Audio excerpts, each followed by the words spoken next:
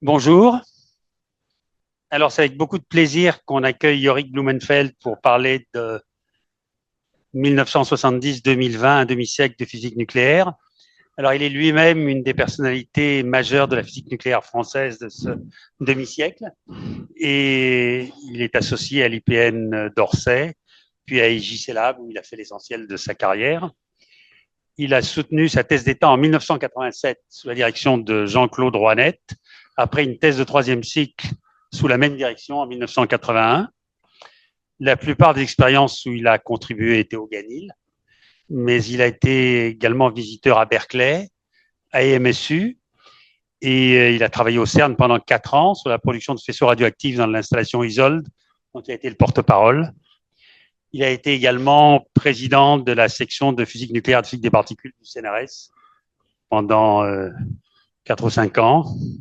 Et bien, Yorick, c'est à toi. Merci Louis. Donc merci pour cette invitation.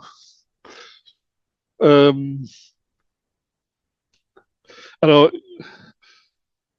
il y a beaucoup d'exposés, de livres, de documents sur les débuts de la physique nucléaire jusqu'en 1970. Beaucoup moins sur la période plus récente. Ben, c'est normal, c'est plus récent et c'est pas encore rentré dans l'histoire. Donc moi, je vais essayer de vous montrer quelques découvertes majeures de la période entre 1970 et aujourd'hui, essentiellement. Mais pour fixer les idées, simplement quelques faits marquants des débuts de la physique nucléaire. Donc, la physique nucléaire a commencé en fait en 1896 avec la découverte de la radioactivité par Becquerel. Puis en 1909, l'expérience de diffusion de particules alpha par des noyaux d'or de Rutherford a permis la découverte du noyau atomique. En fait, jusque-là, il y avait différentes théories un peu fumeuses sur la structure atomique, comme par exemple le fait d'avoir un genre de pudding d'électrons et de charges positives. C'est l'expérience de Rutherford qui a donc permis l'établissement de l'existence du noyau et des électrons délocalisés autour. Il a fallu quand même attendre 1932 pour la découverte du neutron par Chadwick, qui a permis donc de savoir que le noyau atomique était fait de neutrons et de protons. Et ensuite, les choses sont allées très vite. 1934, la radioactivité artificielle par Irène et Frédéric Joliot-Curie, ce qui est important de noter dans ce laboratoire. 1935, le premier modèle de la goutte liquide de Bethe et Weizsäcker. La découverte de la fission par Lise Meitner et Otto Hahn en 1938. Et puis deux modèles extrêmement importants pour la compréhension du noyau atomique. Le modèle en couche postulé par Maria Goeppert-Meyer et Jensen en 1949 et le modèle collectif en 1900, dans les années 50, par Bohr et Mottelson. C'est ce travail-là qui a donné lieu au dernier prix Nobel de physique nucléaire qui a été donné à Bohr et Mottelson en 1970. Alors, moi, je vais vous parler de la période suivante. Donc, euh, j'ai du mal à trouver mon. Euh, donc, je vais vous parler du paysage nucléaire rapidement. Euh, Quelques mots sur les avancées théoriques. Puis je vais parler d'un certain nombre de découvertes plus récentes, donc les noyaux superlourds. Ensuite, je parlerai de l'équation d'état de la matière nucléaire, la découverte de la superdéformation et l'amélioration de la détection des rayons gamma. Et puis une technique qui a fait beaucoup progresser la physique nucléaire dans ces dernières années, la possibilité d'avoir des faisceaux de noyaux radioactifs, appelés aussi faisceaux exotiques. Je parlerai des changements de normes magiques loin de la stabilité, des noyaux à halo, et si j'ai le temps, des radioactivités exotiques, et puis finir par quelques mots sur l'avenir. Alors, ça, c'est notre terrain de jeu en physique nucléaire. Je vais commencer très simplement parce que j'ai vu qu'il y avait ma sœur et son mari dans l'auditoire. Donc, un noyau est défini par son nombre de protons et son nombre de neutrons. Et noter X, comme ça, c'est l'élément chimique. En bas ici, le Z, la charge ou le nombre de protons, et ici le nombre de masses qui est égal donc à n plus z. Et voilà. Alors généralement, quand on note les noyaux, on nomme Z parce que c'est redondant avec X, mais ça c'est tant pis pour ceux qui n'ont pas appris leur tableau de Mendeleïev. Alors là, c'est notre terrain de jeu. Donc, ce qu'on note ici, en ordonnée, le nombre de neutrons, en abscisse, le nombre de protons, et chaque carré correspond à un noyau. On dit aussi un isotope. Alors, les noyaux, les petits carrés noirs, ce sont les noyaux stables. C'est-à-dire que ils existent dans la nature et ils ne décroissent pas. Et puis, alors, ce que vous avez en couleur à côté, ce sont les noyaux qui sont radioactifs. Donc, quand on s'éloigne de la stabilité, les noyaux ont tendance à revenir vers la stabilité. En bleu, ils émettent des électrons, c'est la radioactivité bêta-. En rouge, ils émettent des positons, c'est la radioactivité bêta+. En jaune, ils émettent des particules alpha, et puis quelques-uns fissionnent également. Alors, vous notez des nombres ici. 2, 8, 20, 28, 50, ce sont les nombres magiques. Les noyaux qui ont ce nombre de protons ou de neutrons possèdent un certain nombre de propriétés remarquables, dont une stabilité accrue. Donc, ce sont des noyaux qu'on aime bien étudier. Et alors, au cours de l'exposé, je vais me balader un petit peu dans cette charte. Je vais vous parler ici en bas pour les noyaux riches, très légers, riches en neutrons, de halos de neutrons. Un peu plus haut ici, de modification des nombres magiques quand on s'éloigne de la stabilité. Du côté riche en protons, on va avoir la radioactivité de protons, les noyaux super déformés et aussi la découverte des noyaux super lourds. Alors, la ligne que vous voyez en tiré ici, c'est ce qu'on appelle la drip line neutrons. C'est-à-dire qu'au-delà, si on va au-delà de cette ligne, les noyaux n'existent plus. Il n'y a plus de liaison nucléaire. Vous voyez qu'on a toute une région qui est en blanc ici, qui est inconnue, qu'on a tendance à appeler terra incognita. Et donc, on a encore tout un espace à découvrir et où il y aura aussi des nouveaux phénomènes. Pour l'instant, on va se contenter de regarder les noyaux qu'on sait produire dans le laboratoire.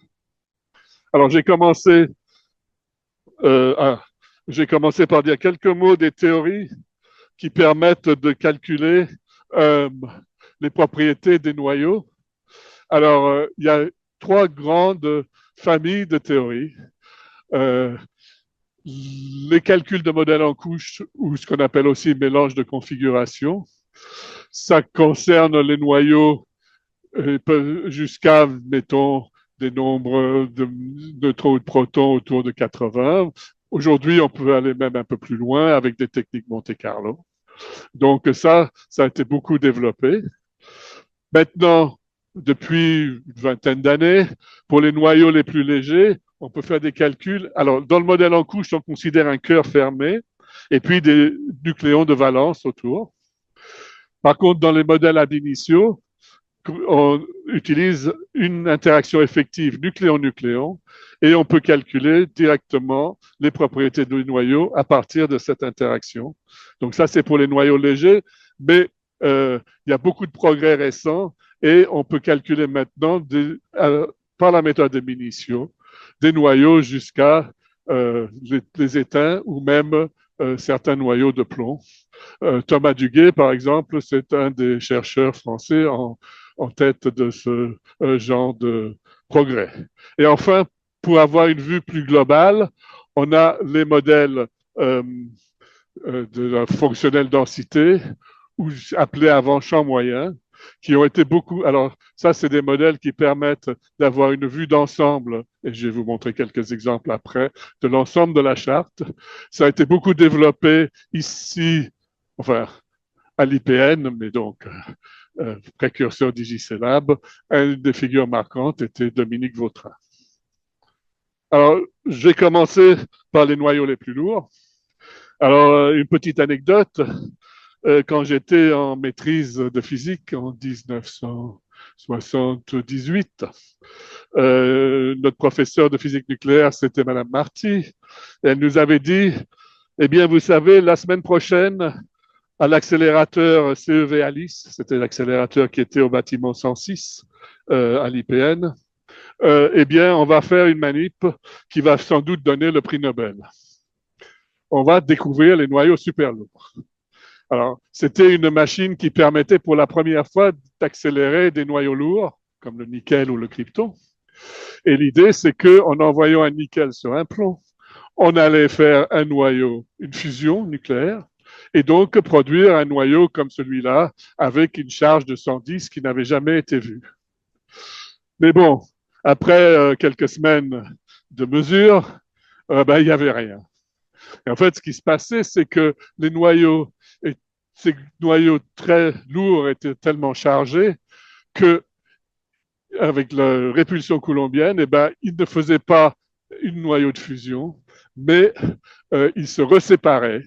Et ça donnait ce qu'on appelait des réactions deep inélastiques.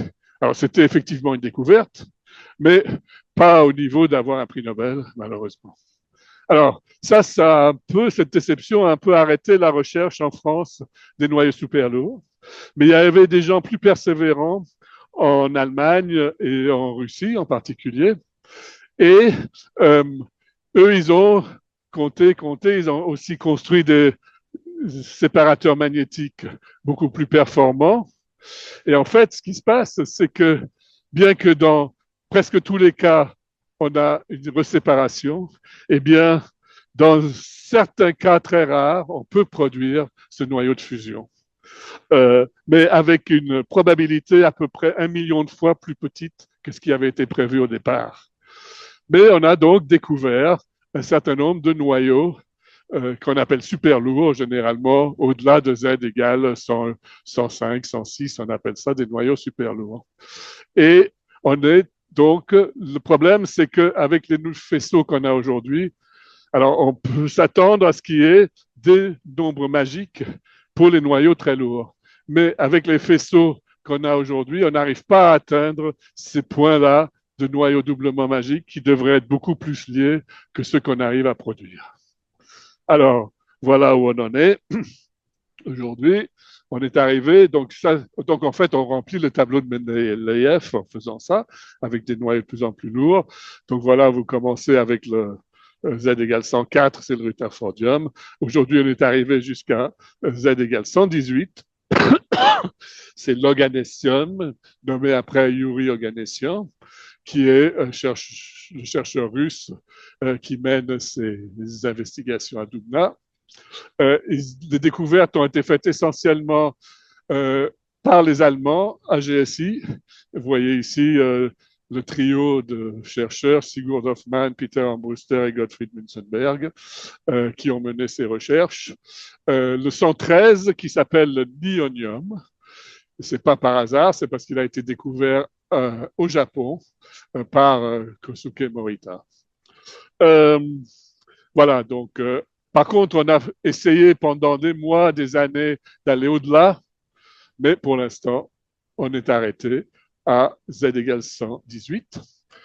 Alors, à mon avis, ça c'était probablement la plus grande chance d'avoir un prix Nobel en physique nucléaire, c'est la découverte de ces noyaux lourds. D'ailleurs, on ne sait pas si ça serait en physique ou en chimie, parce qu'après tout, remplir le tableau de Mendeleïev, c'est toujours été considéré comme la chimie. Malheureusement, je crois que la fenêtre est passée parce que les 3 chercheurs allemands sont décédés. Monsieur Morita, c'était quand même un petit peu marginal parce qu'il a découvert qu'un seul élément.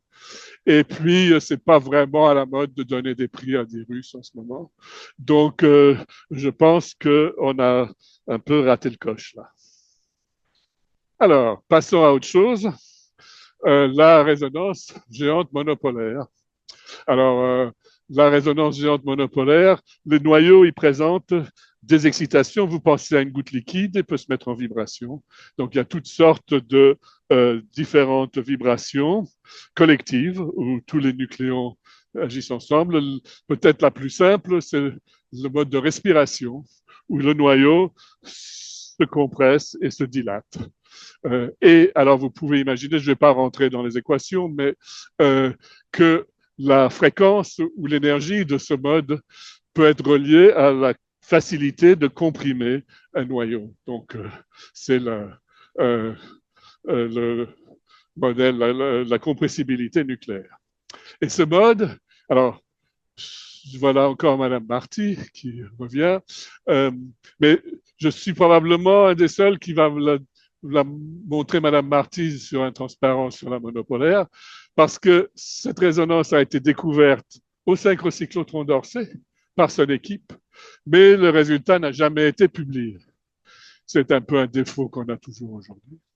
Euh, et, mais c'était des très belles expériences, mais pour aller voir les résultats, il faut aller chercher dans une remise poussiéreuse un obscur rapport annuel de l'Institut de physique nucléaire.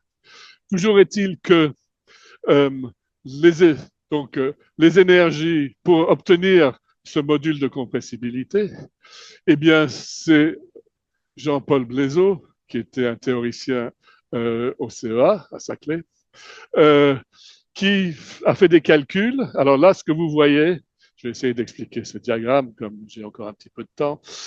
Les traits ici, c'est les énergies de la résonance monopolaire dans le plomb, le zirconium et le calcium. Et les espèces de lignes ici, ce sont les calculs où on calcule dans la théorie, on calcule l'énergie de la monopolaire en fonction du module d'incompressibilité nucléaire. Et vous voyez que quand les deux concordent, eh bien, on peut lire ici le module d'incompressibilité qui a été trouvé à 210. Bon, alors ça vous dit peut-être pas grand-chose. C'est un chiffre qui est important, par exemple, pour faire des calculs d'étoiles à neutrons, choses comme ça. Donc, c'est un paramètre important de la matière nucléaire. Ce qui est assez extraordinaire, c'est que ça, c'était fait en 1980. Et aujourd'hui, après des tonnes d'expérience et de calculs supplémentaires, cette valeur est toujours valable. Alors, elle a été un petit peu affinée. Je crois qu'on parle de 230 aujourd'hui, avec une barre d'erreur un peu plus petite. Mais ça, c'est toujours juste. Donc, ça a été fait très rapidement. Et cet article est magnifique si vous avez envie d'aller le lire. Malheureusement, l'article sur la découverte, lui, n'existe pas. Alors, on peut continuer à penser, réfléchir à l'état, à l'équation d'état de la matière nucléaire et regarder les différentes phases de la matière nucléaire. Alors ça, c'est une petite illustration. C'est des photographies d'émulsion. Et là, ce qu'on fait, c'est qu'on envoie un noyau d'oxygène sur un noyau lourd, je ne sais pas lequel, avec différentes énergies. Et on voit que plus on augmente l'énergie, plus le nombre de noyaux qui sortent de cette réaction est important. En fait, ce qui se passe, c'est que le noyau, il se casse en beaucoup de morceaux. Et c'est ce qu'on appelle la multifragmentation. Et en fait, on peut penser que le noyau, dans son état fondamental, eh bien, c'est un liquide, mais qu'une fois qu'il se fragmente comme ça, eh bien, il passe à l'état gazeux. Et donc, ces études-là nécessitent de détecter tous ces noyaux de fragmentation. Et pour ça, on a construit le détecteur Indra, qui a été installé au Ganil au début des années 90, où ce sont des centaines de détecteurs afin de couvrir tout l'espace autour de la cible pour détecter tous ces fragments. Et ça permet de mesurer l'énergie d'excitation qui est amenée dans la réaction et la température nucléaire. Et vous voyez ici une courbe qui est avec un plateau ici, caractéristique d'une transition de phase. Et c'est la transition de phase liquide-gaz du noyau qui passe de l'état liquide quand le noyau est dans l'état fondamental à un gaz en fait de hadron par un point critique. Alors après, quand on monte en énergie comme au CERN, on peut passer de l'état gazeux au plasma de Quark-gluon, mais ça dépasse largement mon exposé aujourd'hui. Là, j'ai une photo des gens qui ont été moteurs dans ces investigations. Alors, après le noyau, on représente souvent le noyau comme une sphère. Effectivement, pour les noyaux avec des nombres magiques de protons et de neutrons, le noyau est à peu près sphérique. Quand on s'éloigne de ces nombres magiques, eh bien, on commence à voir des noyaux déformés. Donc, ils peuvent être prolate, ça veut dire que ça ressemble à un ballon de rugby, ici, ou oblate, ça ressemble plutôt à un frisbee. Voilà. Alors, ça, c'est des calculs de champ moyen faits par le groupe de Bruyère-le-Châtel, où on couvre donc toute la charte des noyaux et on peut calculer la déformation des noyaux. Alors, ce qui est en gris, c'est des noyaux sphériques. Vous voyez qu'ils s'agglutinent autour des nombres magiques. Et quand on s'écarte des nombres magiques, ici, entre les nombres magiques, on trouve des noyaux de plus en plus déformés. Alors, les couleurs chaudes, ce sont des noyaux prolate, ça. Les couleurs froides, ils sont beaucoup plus rares et ce sont les noyaux oblate. Donc ça, ce sont des déformations quand même qui ne sont pas énormes. Mais alors après, le noyau, eh ben, en faisant des réactions nucléaires, on peut le faire tourner. Et on peut le faire tourner très vite. Et quand il tourne très vite, il peut se déformer encore plus. Bon, on peut penser à la force centrifuge. Et on peut avoir des noyaux qu'on appelle super déformés, avec un rapport d'axe qui peut aller jusqu'à 2 à 1. Et ces noyaux super déformés, ils émettent des rayons gamma pour retomber sur l'état fondamental. Et vous voyez ici une magnifique séquence de rayons gamma pour le dysprosium 152. Ça, c'est la figure de la découverte de la superdéformation. Alors, après, on peut se dire, est-ce qu'on peut aller plus loin? Et il y a des prédictions pour l'hyperdéformation. Ça serait un rapport d'axe de 3 à 1. Pour l'instant, on ne l'a pas trouvé. Mais on a encore espoir. Parce que au cours des dernières décennies, il y a eu une évolution spectaculaire dans la détection des rayons gamma. Alors, comme on va voir, souvent, les découvertes en physique nucléaire sont permises par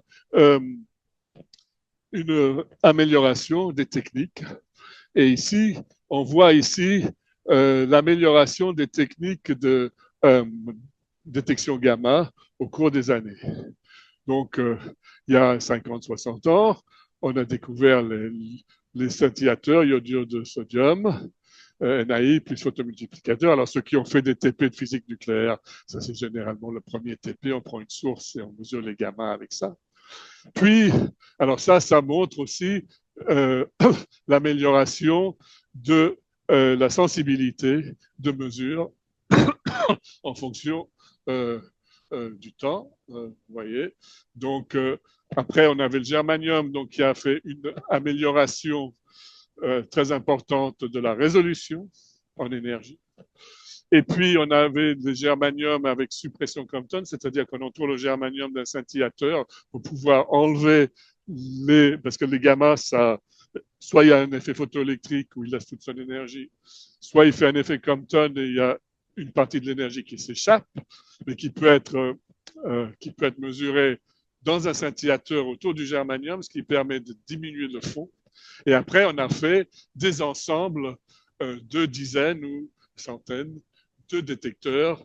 Alors, on a fait aussi des détecteurs germanium segmentés, qui a permis d'améliorer aussi l'efficacité. Et enfin, aujourd'hui, le détecteur Agatha, c'est le détecteur gamma ultime, où on n'a plus d'anti-Compton de scintillateur, on n'a plus que du germanium, et on retrace la trajectoire de chaque gamma en mesurant à chaque interaction son énergie. Et vous voyez, avec un multidétecteur qu'on appelle conventionnel, c'est-à-dire ici, après les détecteurs segmentés, on voit l'amélioration de la résolution.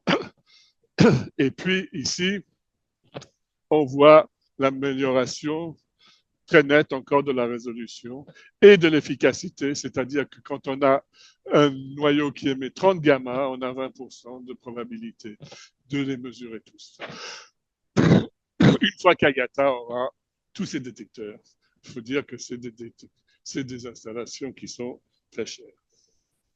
Alors, je vais venir à une avancée technique qui a énormément permis à la physique nucléaire de progresser.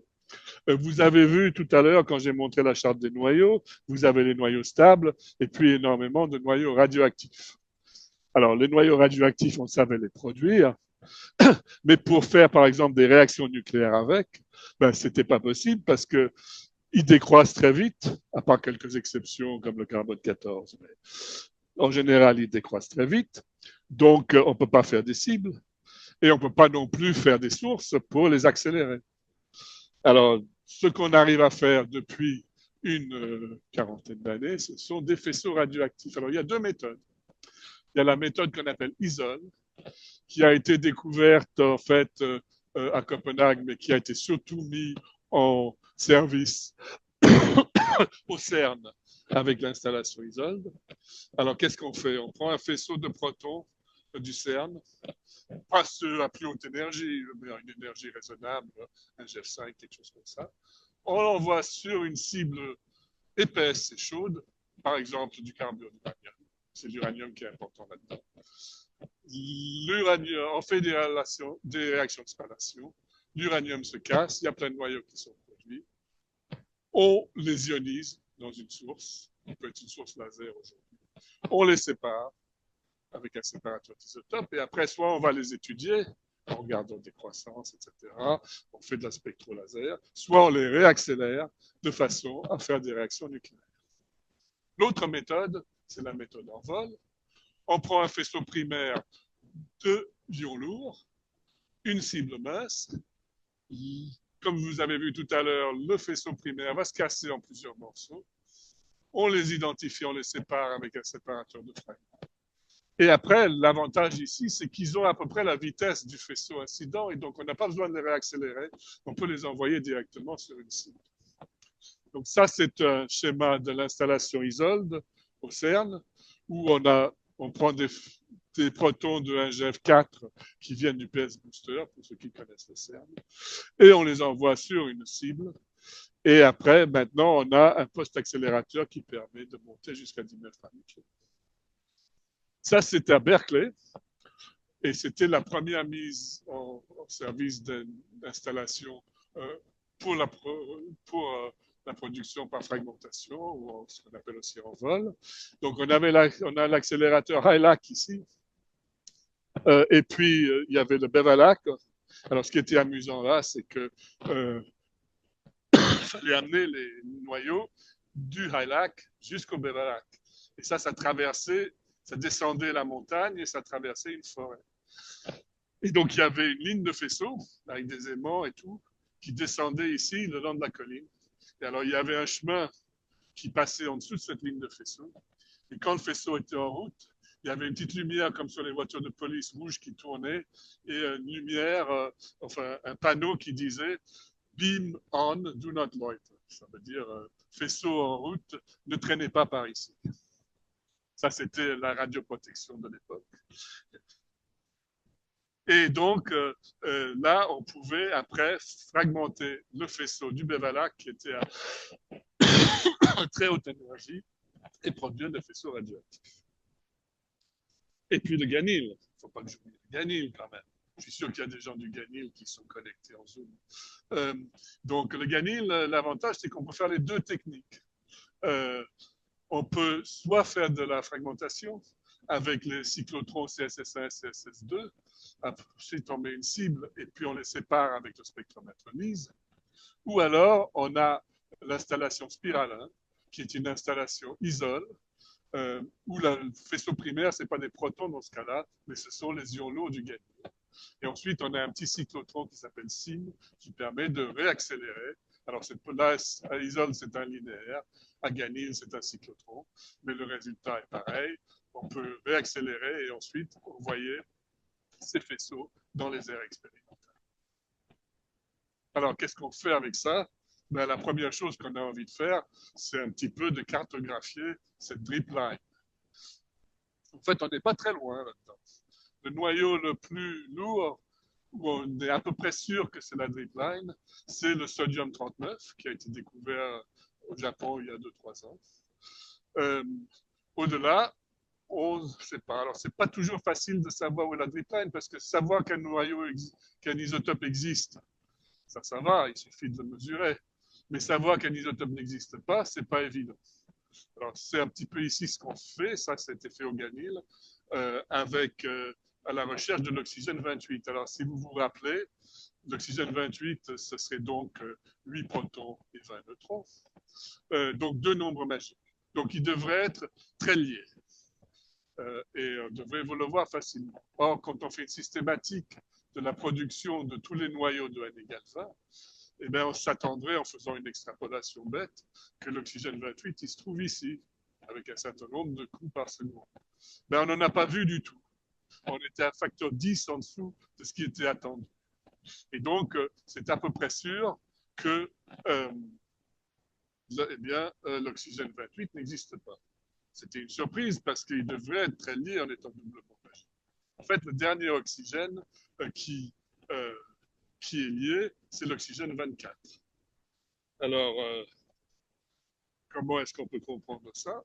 Eh bien, là, ce sont des résultats de... alors, un noyau magique, il est très lié. Et donc, logiquement, difficile à exciter.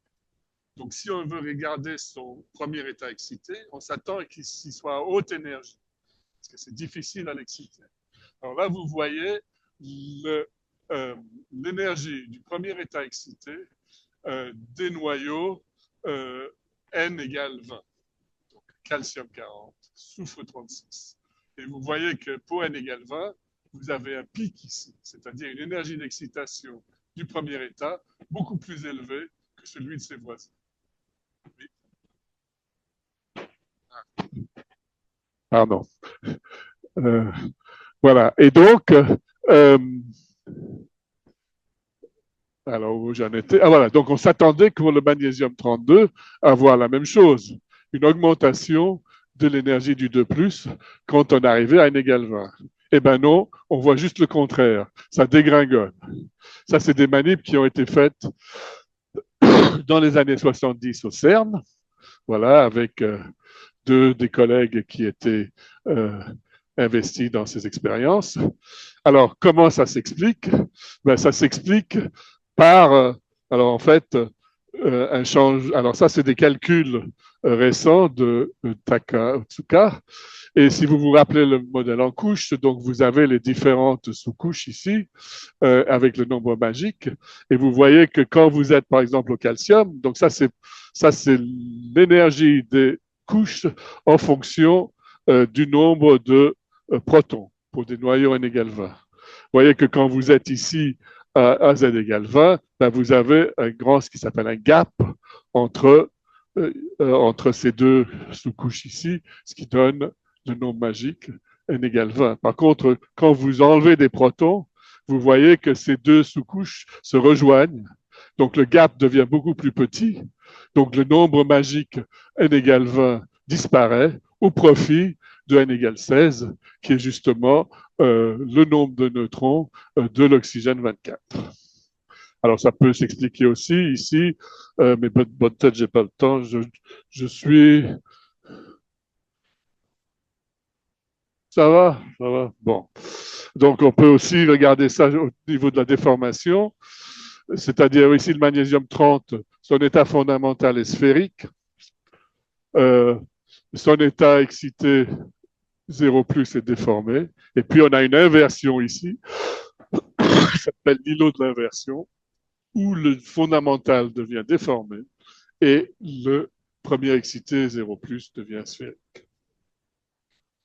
Alors, ça, donc, ce changement de nombre magique, c'est pas seulement pour n égale 20, ça se produit aussi à 28 et un petit peu tout au long de la charte des noyaux. Alors, ça a une influence sur ce qui s'appelle le processus R. Donc ça, c'est un peu une application astrophysique. Le processus R, c'est ce qui explique les noyaux lourds dans l'univers. Alors, vous avez ici de nouveau ma charte des noyaux. Là, ce qui se passe, c'est que vous avez dans des environnements astrophysiques chauds et denses, comme des effondrements de supernovas ou des collisions d'étoiles à neutrons, vous avez beaucoup de neutrons à une grande température, donc vos noyaux, ils capturent des neutrons. Puis à un moment donné, ils arrivent vers des noyaux plus rigides, plus stables, ils ont du mal à capturer des neutrons, donc ils ont le temps de décroître par bêta. Et donc vous avez un peu ici compétition euh, entre absorption de neutrons et décroissance bêta. Et donc ça se passe ici le long de ce parcours ici, dans la charte des noyaux. Vous voyez, quand vous arrivez à des nombres magiques, vous avez ce qui s'appelle des points d'attente, où c'est la décroissance bêta qui domine. Et après, vous recommencez à capturer des neutrons. Et après, ces noyaux-là, ils sont instables, évidemment, donc ils reviennent vers les noyaux stables par radioactivité. Et vous voyez que ce parcours-là, il est dans la zone qui est inconnue. Donc, forte motivation pour qu'on aille chercher des noyaux plus loin que ce qui est connu aujourd'hui. Ah, bon, pardon. Voilà. Et donc, ça, ce sont des calculs. Alors, c'est des calculs un peu anciens. Je ne veux pas dire que c'est vraiment, c'est pas les calculs les plus récents, mais ça illustre un petit peu ce qui se passe. En rouge, vous avez l'abondance en fonction de la masse des noyaux dans l'univers. Et en bleu, en bleu ciel, vous avez les calculs avec une structure en couche prononcée, enfin des nombres magiques importants, enfin et puis, s'il y a disparition des nombres magiques, vous voyez que ça a une influence importante sur cette courbe d'abondance. Donc, un peu application astrophysique de cette modification de la structure en couche, loin de la stabilité. Autre découverte qui a été faite à Berkeley avec les premiers faisceaux radioactifs, ce sont les noyaux à halo. Alors, des noyaux, ça a un rayon. Et généralement, le rayon, il suit une loi douce en R0 à puissance 1 tiers. Donc ici, vous voyez le rayon en fonction de la masse. C'est cette courbe en pointillé noir ici. Et puis, on a fait des réactions avec des noyaux exotiques comme le lithium-11, le beryllium-14. Alors, on peut mesurer les rayons en faisant des collisions. On mesure simplement la section efficace, qui est reliée à la probabilité de réaction. Et ça, c'est relié à la somme des rayons des deux noyaux. Bon, c'est un peu simplifié, mais en gros, c'est ça.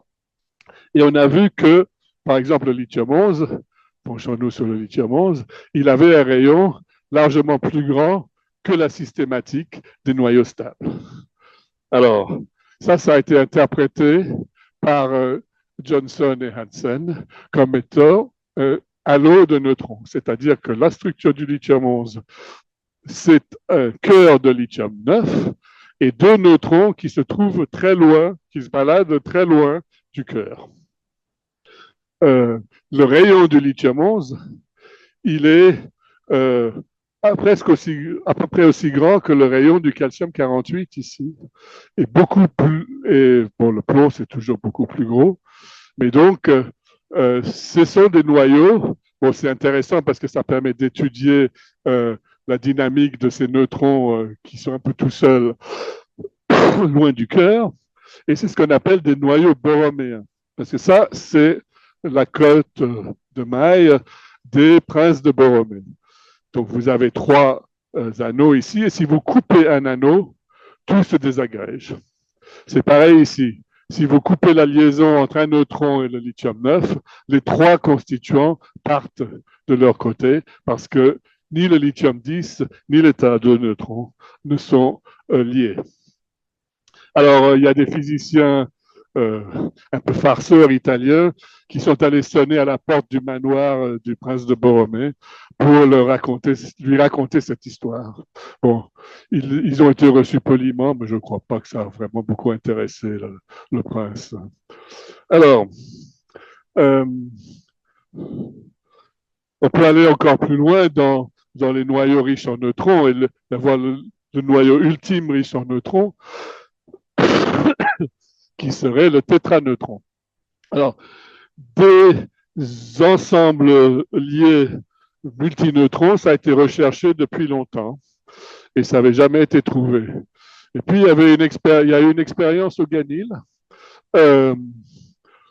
où ils ont pris un faisceau exotique de beryllium 14, ils l'ont fragmenté sur une cible, et ils ont mesuré des beryllium 10. Donc, si vous envoyez le beryllium 14 sur une cible et qu'il soit un beryllium 10, c'est qu'il y a 4 neutrons dans la nature qui se baladent.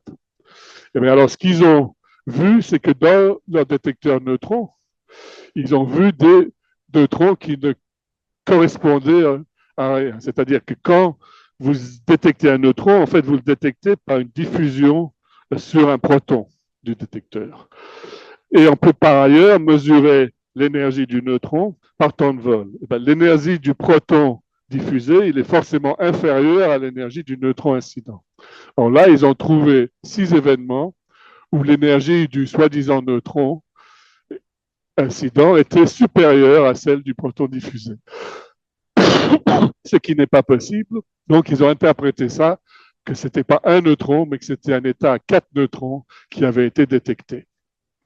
Alors, ça a fait beaucoup d'excitation, mais les théoriciens ont dit ridicule, si on a un état lié de 4 neutrons, ça met en cause tout ce qu'on sait sur la physique nucléaire, ce qui n'est pas possible. Donc voilà. Mais peut-être on peut avoir 4 neutrons très proches dans un état résonant. Ça, c'est une possibilité. Alors, à Riken, ils ont pris un faisceau exotique, encore une fois, d'hélium 8, sur une cible de protons. Ils ont mesuré la particule alpha qui sortait. Le proton, ça veut dire qu'il reste 4 neutrons dans la nature. À partir de la cinématique du proton et de l'hélium 4, on peut reconstituer l'énergie de l'ensemble 4 neutrons. Et ils ont trouvé ici un pic. Donc, ce n'est pas un neutron lié, il est un petit peu au-dessus de zéro, mais ça serait un tétraneutron, une résonance de 4 neutrons très proches les uns des autres. Alors, les expérimentateurs, j'ai mis, sont enthousiastes. Les théoriciens sont sceptiques. Je vois Raoul Carbonel qui est assis là, qui est sceptique, je crois. Et donc, c'est encore une question ouverte. Alors maintenant, on peut aussi aller chercher des états de plus de neutrons. Il y a des tentatives maintenant, je regarde Didier Baumel, de chercher un état à 6 neutrons. Donc, ce sont des recherches qui sont en cours. Enfin, dernier point que je voudrais faire, c'est sur les nouvelles radioactivités. Alors, pour rappel, les radioactivités connues, la radioactivité alpha, c'est l'émission de noyaux d'hélium 4. Comme on a dit tout à l'heure, la radioactivité bêta, c'est l'émission de positons ou d'électrons. La radioactivité gamma, ce sont donc des photons. Et il y a aussi la fission. Et alors, il y avait 2 Anglais, alors je crois qu'ils sont typiquement anglais, qui sont mis dans une cave à Oxford avec un tout petit détecteur tout bête, silicium delta E, avec une source qui produisait du radon 223, et ils ont compté pendant 6 mois. Et au bout de 6 mois, ils ont vu 11 événements qui correspondaient à des noyaux de carbone 14. Donc, ça veut dire que de temps en temps, une fois sur 1 milliard, eh ben, le radon, au lieu d'émettre une particule alpha, il émet un noyau de carbone 14. Bon, autant dire que ça a dû être une expérience difficile, parce que je ne sais pas dans quel état était leur détecteur après avoir reçu 10 milliards de particules alpha. Alors, avec un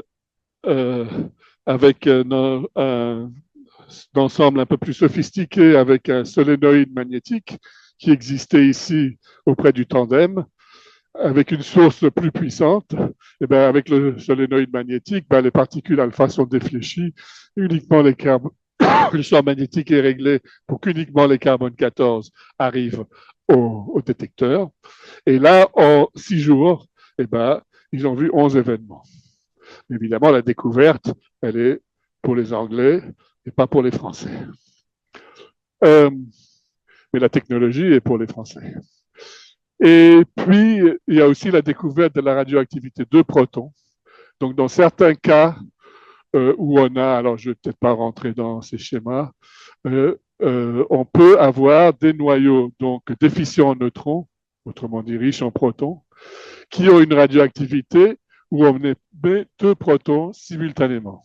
Et vous voyez ici ces jolies images du fer 45, nickel 48, zinc 54. Donc, ce sont des noyaux extrêmement riches en protons. Le nickel 48, il a 28 protons et 20 neutrons. Donc, il est tout à fait à la limite de liaison. Et là, on peut regarder les caractéristiques et savoir, en déduire là, comment sont assemblés un peu les protons à l'intérieur du noyau. Donc ça, c'est fait avec une TPC. Comment on dit ça en français? Un détecteur Time Projection Chamber, chambre à projection temporelle, optique. Donc, on prend des photos. Ça, c'est avec un détecteur électronique. Ça, c'est ce qui se fait au Ganil. Donc, c'était fait une découverte simultanée au Ganil et à GSI. Donc, voilà un petit peu ce que je voulais vous raconter. Alors, vers le futur. En fait, il y a beaucoup d'excitation autour des possibilités d'aller plus loin de la stabilité. Et donc, il y a des nouveaux ouverts des noyaux plus lourds, étudiés en détail. Donc, il y a des nouvelles installations. Alors, ça, c'est FRIB, qui est à Michigan State University aux États-Unis. C'est un projet de la DOE qui est en fonctionnement déjà depuis 2 ou 3 ans, qui a été construit à temps, pas de retard, et dans le budget, d'après ce qu'ils disent en tout cas, initialement prévu, ce qui est assez extraordinaire pour ce genre d'installation. Ici, c'est faire une très grande installation à GSI, enfin à Darmstadt en Allemagne, avec un nouveau synchrotron et une nouvelle installation pour séparer les fragments. Et c'est un projet de plusieurs milliards. Il n'y a pas que de la physique nucléaire. Ici, il y a aussi de la physique atomique, de la physique des matériaux, des études d'ions lourds à très haute énergie, etc. Ça couvre vraiment un très grand domaine. On attend un démarrage, j'ose pas dire, parce que ça a pris déjà tellement de retard, mais dans quelques années. Ça, c'est au Ganil. Donc là, vous voyez l'ensemble de l'installation, mais en particulier l'installation Spiral 2, qui est un nouveau accélérateur linéaire et qui sera associé à un spectromètre SCUB qui permettra d'étudier les noyaux super lourds et les noyaux riches en protons, et une installation DÉSIR pour des mesures de plus basse énergie dont malheureusement je n'ai pas eu le temps de parler, je dirai un mot tout à l'heure. Donc ça, c'est les améliorations du Ganil. Et enfin, peut-être l'installation la plus ambitieuse, en tout cas pour les noyaux radioactifs, c'est l'installation Raon en Corée du Sud, à Daejeon, où il combine aussi la production par méthode isole, plus la post-accélération par un linéaire, jusqu'à à peu près 150 MeV par nucléon. Donc cette installation aussi devrait démarrer dans pas très longtemps, on espère. Et donc ça sera, c'est une très belle. Alors j'ai peut-être une anecdote personnelle sur ça. Ça doit être vers 2005, donc il y a 20 ans. J'étais dans mon bureau, je reçois un coup de fil de l'ambassade de Corée à Paris. Ils me disent le conseiller scientifique du président coréen est en visite à Paris et il aimerait vous rencontrer. À l'époque, je travaillais sur un projet très ambitieux, mais qui n'a pas vu le jour, qui s'appelait Eurysol. Il aimerait vous rencontrer à propos d'Eurysol. Donc, j'ai trouvé une cravate dans un tiroir quelque part. Et puis, je suis allé là. Et un endroit magnifique d'ailleurs, près du bois de Boulogne. Il a dit oui, j'ai vu votre projet Eurysol, on voudrait construire ça en Corée, quelque chose d'équivalent. Bon, ça me paraissait bizarre parce qu'il n'y avait aucune histoire de physique nucléaire en Corée. Mais visiblement, ça les a séduits parce que cette installation est en train de sortir de terre, même plus que ça, commence à fonctionner. Donc voilà, un nouveau pays qui se lance dans la physique nucléaire et les faisceaux radioactifs. Alors, malheureusement, il y a beaucoup d'autres choses dont je n'ai pas eu le temps de parler et je m'en excuse. La première, c'est la mesure des propriétés nucléaires à partir des excitations atomiques, c'est-à-dire la spectroscopie laser et aussi les mesures de masse, mais surtout la spectroscopie laser, où on peut, en mesurant euh, des états atomiques, déduire des propriétés comme les rayons des noyaux, euh, les moments angulaires des états fondamentaux, euh, les moments quadrupolaires et magnétiques. Donc, c'est tout un ensemble de mesures qui vont se faire d'ailleurs, qui se font à Isolde et qui vont se faire aussi à Désir, à Ganil. Euh, voilà, je n'ai pas parlé des résonances pygmées dans les noyaux riches en neutrons. C'est des vibrations. Si vous prenez un noyau comme le lithium 11, alors c'est le cas extrême, mais c'est des vibrations des neutrons du halo par rapport au cœur euh, de, des noyaux riches en neutrons. Je n'ai pas parlé des états de phonons des résonances géantes qui ont été découvertes au Ganil et à GSI, qui montrent l'harmonicité des excitations collectives nucléaires. Je n'ai pas parlé des études de décroissance bêta super permise pour mesurer l'élément de matrice VUD qui permet de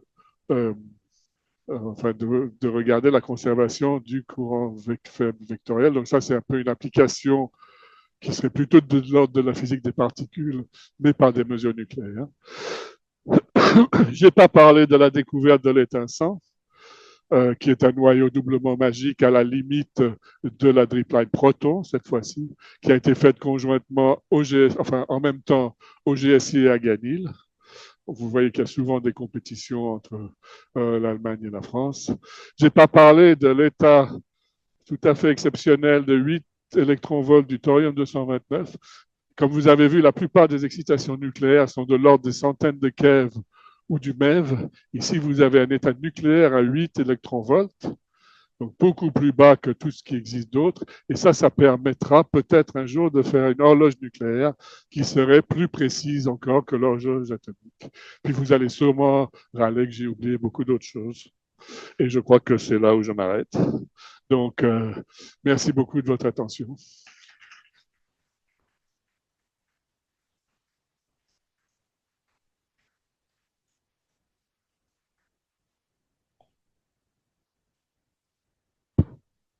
Bon, ben, Et du coup, si vous avez des questions, j'arrive.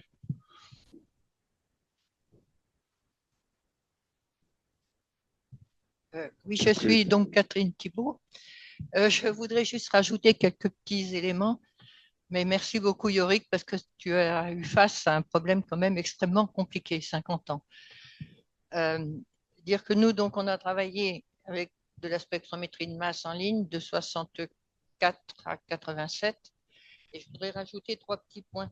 À propos de la disparition du nombre magique 20, on l'a quand même d'abord vu par les masses en 1975. Et les masses ont permis effectivement de faire plusieurs découvertes. L'autre découverte a été par exemple les déformations dans les rubidiums qui ont été ensuite confirmées en particulier par de la spectroscopie laser qui a montré que les rayons, effectivement, ça a changé complètement. Et je suis un peu étonnée, tu n'as pas du tout parlé de la radioactivité des particules, en particulier les neutrons bêta différés. Mais bon, parce qu'il y a quand même eu beaucoup de travail de fait là-dessus à cette époque, en particulier par Michel Langevin avec nous. Et je voudrais signaler quelque chose qui n'est pas de la physique nucléaire, mais qui est quand même important. C'est qu'avec la spectroscopie laser à Isolde, sur le francium, nous avons pu observer pour la première fois une raie optique du francium, ce qui était une bonne suite après Marguerite Perret, une Française qui avait découvert le francium. Oui, merci beaucoup, Catherine. Oui, j'ai peut-être oublié de dire que Oui, tu as fait j'ai beaucoup. Hein. j'ai dû faire un choix et souvent j'ai pris des choses qui étaient plus proches de ce que j'avais fait moi que des choses plus éloignées parce que c'est un peu naturel. Donc, c'est très bien que des gens comme toi complémentent un petit peu par des interventions. Donc, merci beaucoup. Voilà, mais ton exposé est vraiment très intéressant. Merci. Est-ce qu'il y en a d'autres questions?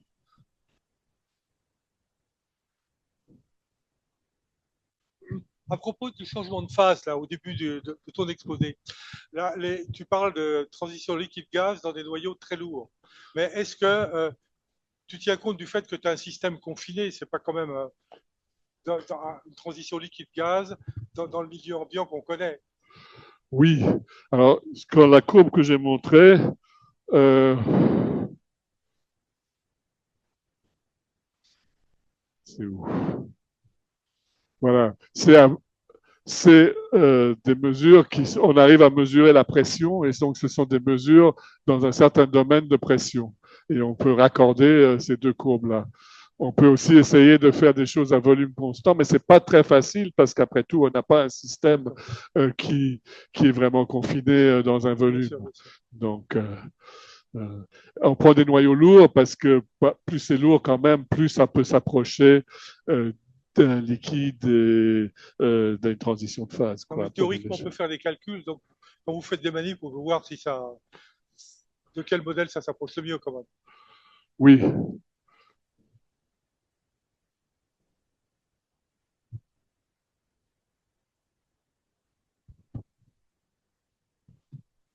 Oui, merci, hein, c'était très, très intéressant.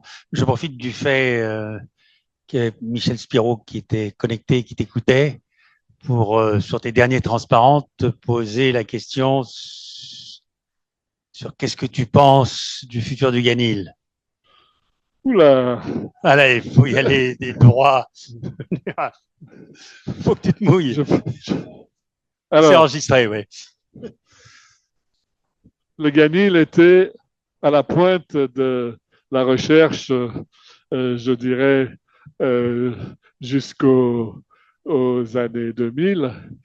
Et puis, après, il y a eu en particulier Riken qui est arrivé au Japon et qui nous a un petit peu doublé. Je pense qu'il y a beaucoup de possibilités au Ganil.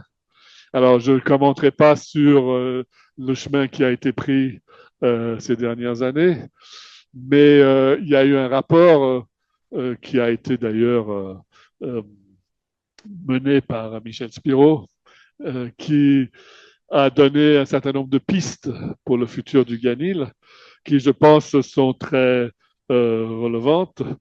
Euh, Ce qui nous manque au Ganil aujourd'hui, c'est la production de noyaux riches en neutrons. Parce que généralement, ça se fait à partir de la fission, donc production de fragments de fission. Il y avait un projet qui s'appelait Spirale 2 phase 2, qui n'a pas été réalisé. Et ça, c'est un manque. Alors, ce qu'il faudrait, c'est avoir une possibilité de produire des fragments de fission. Alors, il y a différentes choses. Soit on peut utiliser les deux tons du nouveau accélérateur linéaire, soit on peut faire comme on fait ici à Alto, mais bon, d'une façon beaucoup plus importante, avec des électrons pour induire la fission. Et ensuite, il faudrait pouvoir post-accélérer ces fragments de fission, probablement à une énergie plus grande que ce que peut donner aujourd'hui le cyclotron SIM. Voilà, donc ça, ce sont un petit peu les pistes qui ont été étudiées. Évidemment, tout ça, c'est cher en argent, mais c'est surtout cher en main-d'œuvre.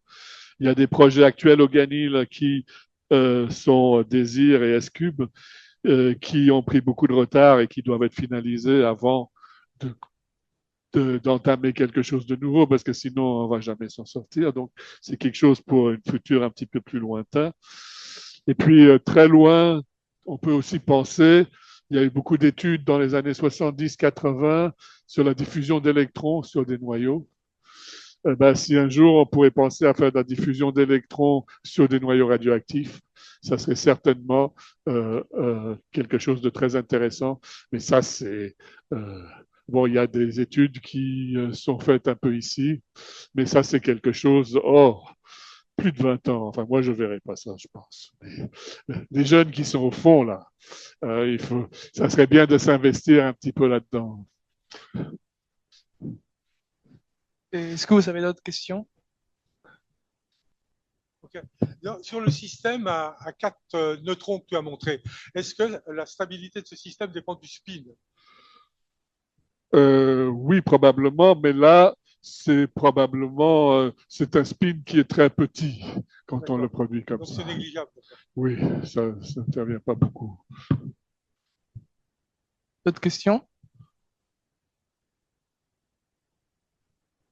On est bon, je pense. S'il y a plus d'autres questions, il n'y a pas de questions en Zoom non plus, ben écoute, nous te remercions, Yorick. Merci à vous de votre attention.